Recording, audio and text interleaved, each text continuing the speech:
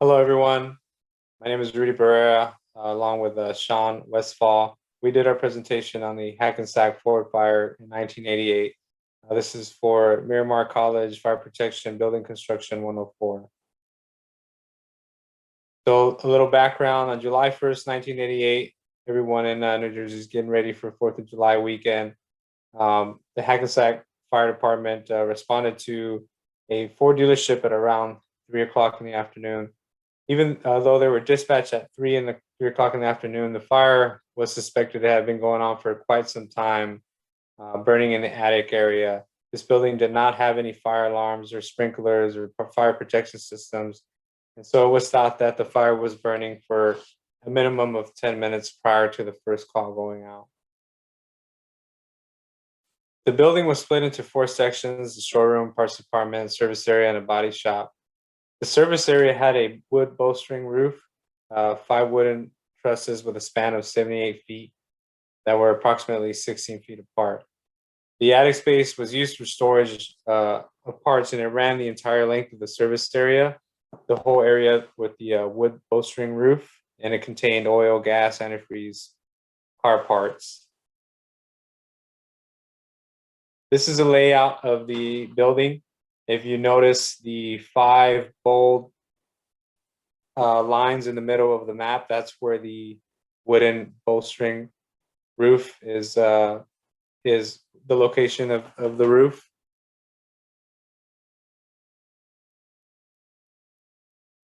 So upon arriving, the firefighters did notice heavy smoke coming from the roof, and that they discovered after climbing on the roof that it was somewhere in the attic, as they noticed that there was no fire and smoke in the actual showroom.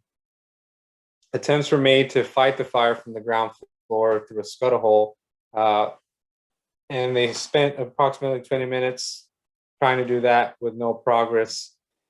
At approximately 15:34, the battalion chief ordered the units to pull out.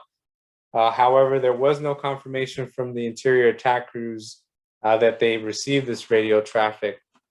Within minutes, a portion of the wooden truss roof collapsed. It was believed that they instantly killed the three firefighters and trapped 2 others in one of the closet rooms.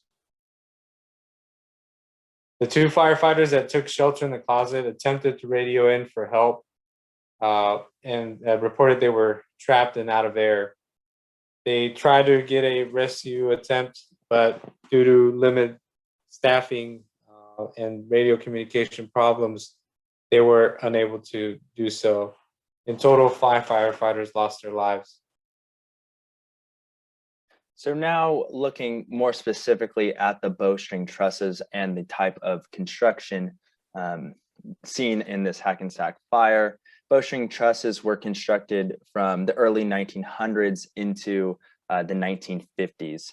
They're categorized primarily by having a parabolic laminated top cord that's multiple 2x or 3x members stacked up on top of each other to form that arch. And then the bottom cord is straight, made up of full-size dimensional lumber. Typically, the spans for bowstring trusses go from 50 feet to 100 feet, and in height, they're about 10 to 12 feet. The cords, as you can see here on the right, are 2 parallel and separated members. In the middle of these 2 members, the cord members, is where the vertical struts and diagonal ties tie into the top and bottom cords. Now, bowstring trusses are typically seen in manufacturing facilities, garages, warehouses, bowling alleys, pretty much any type of structure that required large spans without any columns interfering. And wood bowstring trusses are also typically installed with masonry walls along the load-bearing sides supporting the truss, making it type 3 construction or ordinary construction. So bowstring trusses, how do they behave? Although their name is a truss, they behave more so like a tied arch. What does that mean? That means that the top cord, because it's in that parabolic arch shape, actually is in uniform compression and has thrust forces that push out because the arch wants to flatten out under vertical loads. Now, the thrust force is resolved by the bottom cord or the strut or the tie, and that means that it's in uniform tension throughout the member. Now, the web members or the diagonals you see in the photo typically don't have much load in them as compared to a more standard truss, and they're used for stability, balancing out concentrated loads, as well as supporting the bottom cord due to its self-weight and deflecting under its own self-weight. As you can see in this photo, these smaller members actually serve as cross ties, and those are installed for stability so that the truss stays upright in its vertical plane. Bowstring trusses are notorious for their failures, unfortunately. And similar to all trusses, they are only as strong as their weakest link. So if one member fails, typically the entire truss will collapse. These trusses, especially in the case of the Hackensack fire, which were spaced at 16 feet apart, lack redundancy. That means that if one of these members fail, there aren't other members that can pick up the load tributary to these trusses. Failure is often seen in the top or bottom cords of the truss, and particularly at joints or splices. As you can see in this photo, failure here occurred at this joint and into the splice where you see these bolts. And it also looks like it's about in the middle of the bowstring truss. Another cause for the the failure for a lot of these bowstring trusses is that the code was not adequate at the time of construction. Particularly, snow drifts weren't included in the design of these bowstring trusses, meaning that they were not sized to take additional snow loads when all the snow is blown from one side of the building to the other and piles up, or if it's blown from other buildings and lands on top of the structure. Additionally, the tensile strength of wood and the splice connections was underestimated at the time. It was overestimated at the time, meaning engineers and the fabricators thought the trusses were stronger in tension than they actually were. So they were not designed with adequate strength to support the loads intended for these trusses. Additionally, the National Institute for Occupational and Safety and Health, or NIOSH, stated that there have been at least 15 firefighter fatalities in fires of wood bowstring truss roofs. Now, bringing bowstring truss construction back to the Hackensack Ford fire, these trusses collapsed within 35 minutes after units arriving.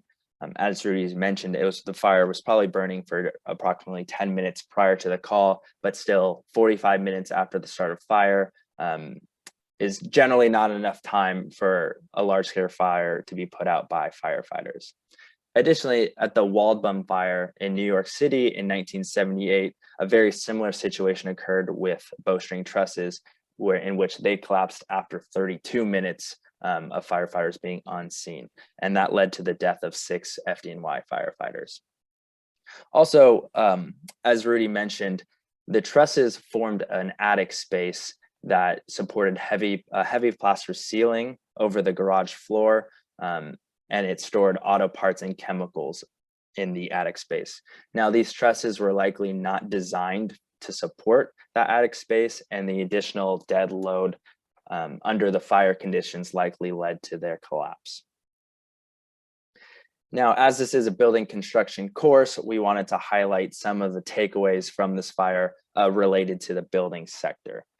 So in particular, the Hackensack Fire Department required building construction courses be taken for all of its members shortly after this fire. Additionally, there was a citywide survey and a catalog of all truss roof structures.